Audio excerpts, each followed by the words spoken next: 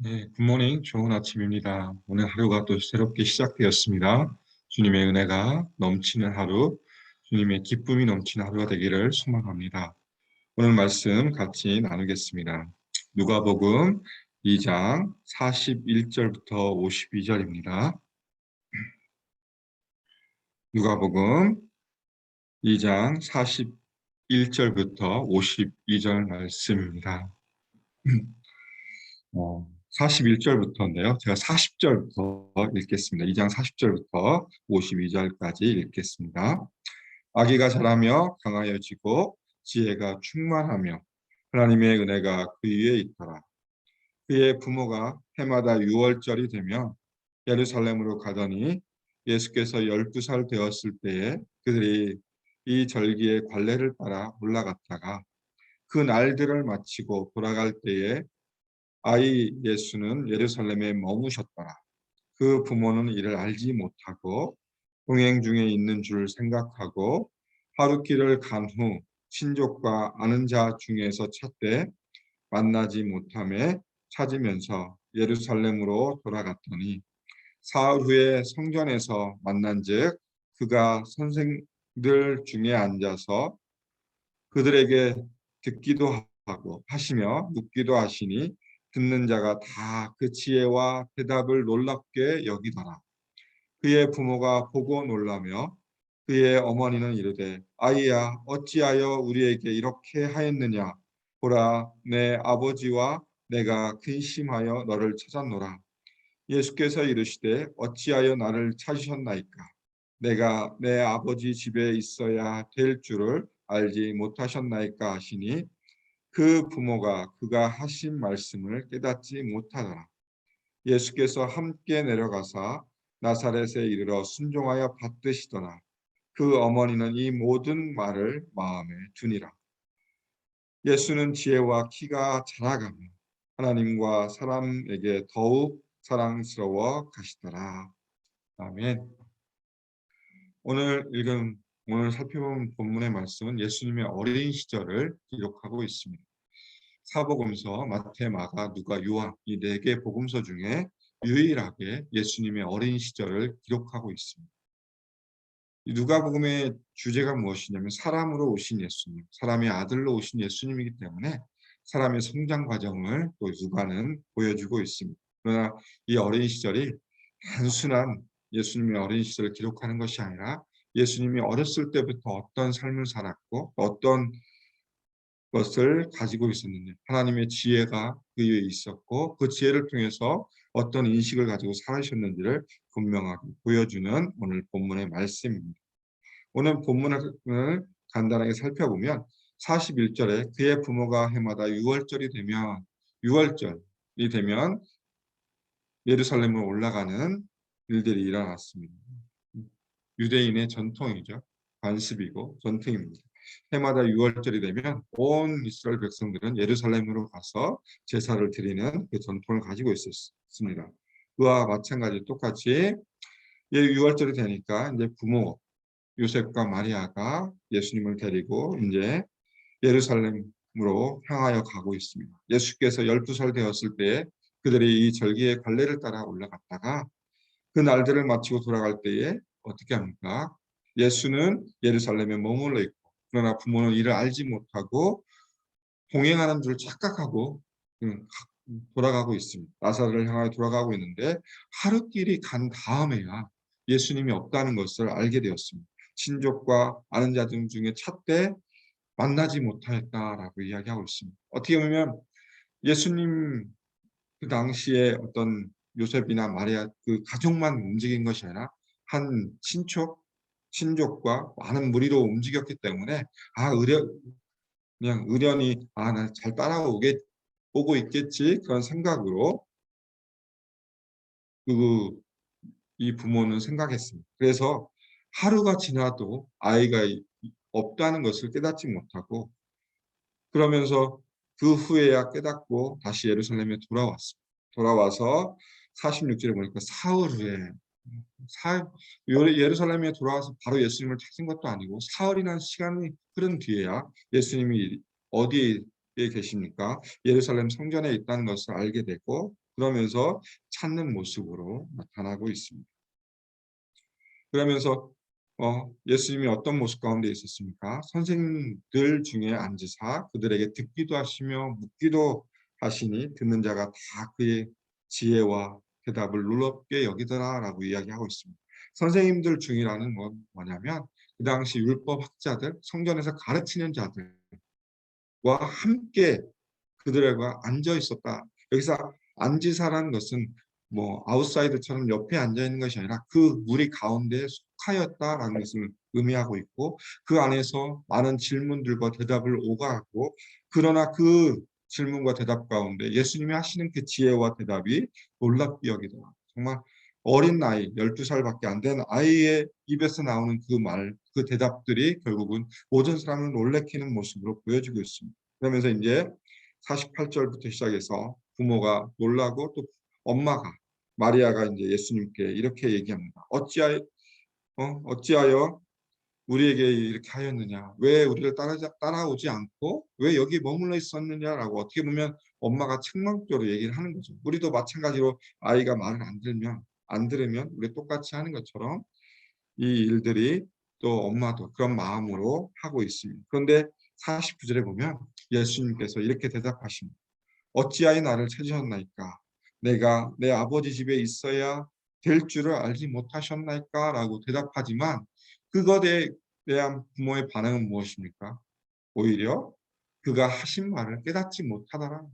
이 요셉과 마리아가 예수님이 하시는 말을 깨닫지 못하는 모습으로 보여주고 있습니다. 어떻게 보면 요셉과 마리아는 예수님이 어떻게 태어났는지를 알고 있어요. 천사가 그들에게 나타나셔서 성령으로 잉태될 것이라고 분명히 얘기하고 있지만 세월이 지나면서 그것을 점점 요셉과 마리아는 잊어버리고 있었던 상황 가운데 있었습니다. 그래서 10년이 넘으니까 그냥 의단이 그냥 예수님은 내 아들이야라는 생각을 가지고 있었고, 예수님이 어떻게 태어났는지 그에 대한 인식 자체가 점점 무뎌져 가는 모습으로 보여지고 있습니다. 그러면서 그렇게 결론을 짓고 51절에 예수님께서 함께 내려가서 나사렛으로 가시고 그곳에서 부모의 말을 더 순종하는 모습으로 보여지고 있습니다. 오늘 본문의 40절부터 52절까지의 본문을 살펴보면 40절과 52절을 통해서 같은 내용이 번복되어집니다. 40절에도 아이가 자라며 강하여지고, 52절도 예수는 지혜와 키가 자라가며 라고 이 40절과 52절 통해서 이 본문 전체를 시작과 마무리하고 있고, 가장 핵심은 뭐냐면 47절의 말씀입니다. 듣는 자가 다 그 지혜와 대답을 놀랍게 여기더라. 이 47절이 바로 오늘 본문의 핵심, 예수님의 지혜, 예수님이 어떠한 지혜를 가지고 계셨기 때문에 이렇게 사람들의 그 지혜와 그 대답을 놀라였는가를 분명하게 보여주고 있습니다. 예수님의 지혜, 예수님이 가지고 있는 지혜는 5가지로 살펴볼 수 있습니다. 첫 번째 뭐냐면 하나님 아버지를 바로 아는 지혜입니다. 49절에 보면 예수께서 이르시되 어찌하여 나를 찾으셨나이까? 내가 내 아버지 집에 있어야 될 줄을 알지 못하셨나이까? 라고 대답하시죠. 거기서 보면 하나님을 아버지로 인식하고 있습니다. 예수님이 하나님을 아버지로 인식하는 지혜를 보여주시고, 두 번째는 또 49절에 보면 자신의 정체를 분명하게 알고 계십니다. 그것은 무엇입니까? 하나님의 아버지시고 본인이 하나님의 아들이심을 분명하게 인식하고 계시다는 것을 보여주시고 계십니다. 그래서 내가 내 아버지 집에 있어야 될 줄 알지 못하셨나이까의 내용 안에는 내가 하나님의 아들 림을 분명하게 인식하고 있고 그 지혜를 가지고 있다라고 말씀하고 계시고, 세 번째는 자신이 해야 할 일을 바로 아는 지혜를 가지고 있습니다. 그것은 무엇입니까? 하나님 전에 머물러서 하나님과 함께하고 또 이 일들 이후에 비록 어린 나이지만 본인이 무엇을 해야 될지, 하나님이 왜 이 땅 가운데 본인을 보내셨는지 그것에 대해서 알고 계셨다라는 것을 말하고 있습니다. 그리고 네 번째 지혜의 말씀 뭐냐면 46절과 47절에 보면 선생들 중에 앉아서 그들에게 듣기도 하고 묻기도 하시고 대답하시는 모습을 통해서, 그리고 예수님이 가지고 있는 지혜는 무엇이냐? 하나님 말씀을 바로 아는 지혜를 가지고 계셨습니다.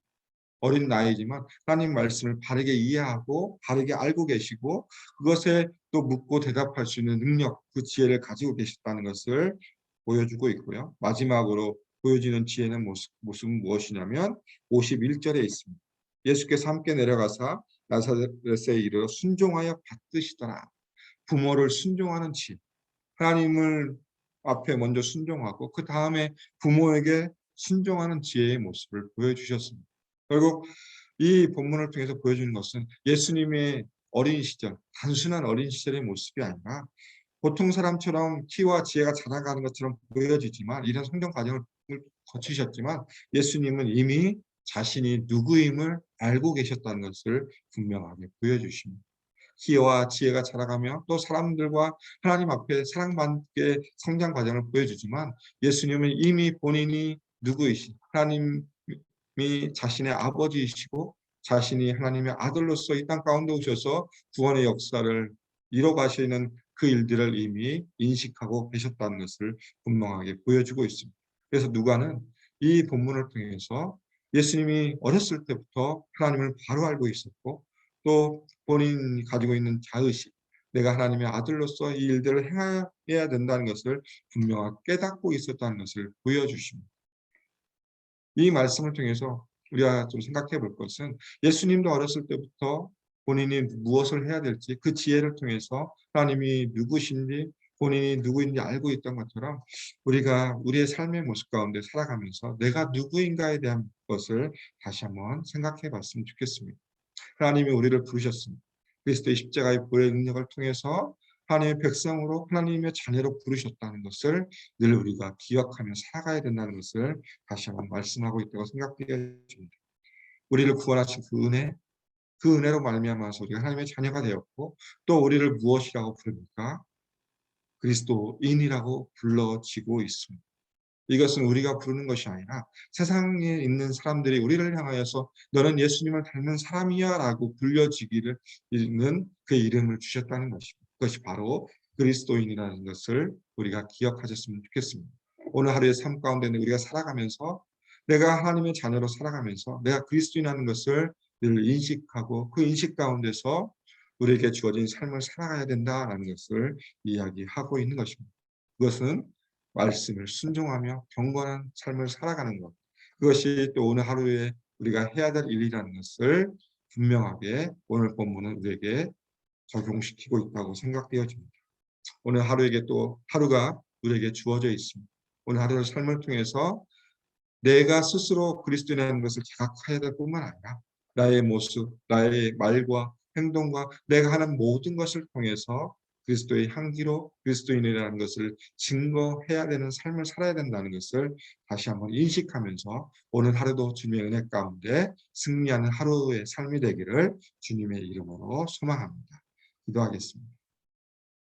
하나님 감사합니다. 오늘 예수님의 어린 시절을 저희가 살펴보았습니다. 비록 또 저희와 똑같이 사람의 모습, 성장의 과정을 보여주시면 그러나 그 안에서 늘 하나님을 아버지라고 부르시는 자각 또 본인이 또 하나님의 아들로서 구원의 일들을 감당해야 되는 것을 알고 계시고 그 자각 가운데 인식 가운데 살아갔음을 다시 한번 기억하면서 우리가 이 땅을 살아가면서 하나님이 왜 우리를 부르셨는지 또 십자가의 보혈의 능력이 통해서 왜 우리가 하나님의 자녀로 부르셨다는 것을 다시 한번 기억하면서 그리스도인으로 살아가는 삶이 될 수 있도록 도와주시옵소서. 늘 말씀을 가까이 하게 해주시고 그 말씀에 의지하여 살아가게 해주시고 또 그 말씀 가운데 주어지는 지혜와 능력을 힘입어서 이 땅 가운데 오늘 하루도 승리하며 살아갈 수 있도록 우리 성령님께서 함께 해주시며 인도하여 주시옵소서. 우리가 눈을 감을 때 오늘 하루의 삶을 마감할 때 내가 당당하게 하나님 앞에 고백하며 하나님 내가 말씀으로 인하여서 오늘 승리하며 살았습니다라고 고백하는 오늘 하루의 삶이 될 수 있도록 주님께서 인도하여 주시옵소서. 주님 감사합니다. 예수님 이름으로 기도드립니다. 아멘. 이 시간을 함께 같이 기도하겠습니다. 기도 제목 세 가지를 나누겠습니다. 첫 번째 기도 제목은 올해 표어 말씀으로 세워지는 공동체 출을 위해서 기도해 주셨으면 좋겠습니다. 우리가 말씀으로 더 세워질 수 있도록 또 말씀 묵상과 또 제자의 양육과 그 모든 또 진행되는 모든 가스펠 프로젝트 그 모든 것을 통하여서 더욱더 말씀으로 세워지는 공동체로 될 수 있도록 기도해 주시고 또 이와 더불어서 비전을 위해서 같이 기도해 주셨으면 좋겠습니다. AKBC 예수단체 말씀 공동체 제자 공동체 미션을 공동체로 세워질 수 있도록 위해서 기도해 주시고 두 번째 기도해 주실 것은 다음 세대를 위해서 기도해 주셨으면 좋겠습니다.